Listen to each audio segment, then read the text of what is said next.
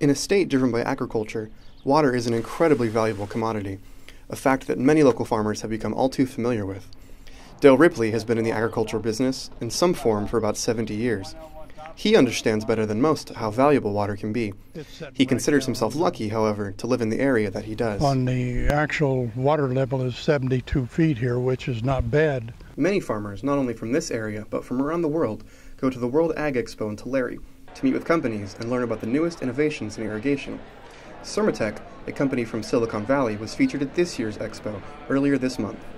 CFO Jim Hansel showed farmers Sermatech's newest innovation, the Aquamon. Ag world is one that farmers use to take sensor input from the ground and from their crop to get the maximum usage out of the limited water that they have.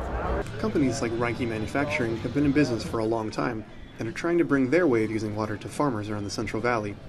Rick Hanshu, the Southwest Territory Manager for Reinke, believes that pivot irrigation is the future in California.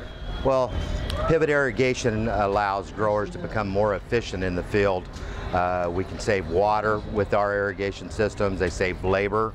All of this allows a grower to become more efficient and more profitable. Farmers are also being forced to go to more expensive measures to deal with the lack of water. Low rain levels have created a deficiency of the cheap surface water that many farmers prefer to use, and has now forced them to dig even more expensive, new or deeper wells and pump the more expensive groundwater. Valley grape grower Pete Filippi understands just how expensive it can be to dig a new or deeper well. A new well is going to be about $30,000 where I am.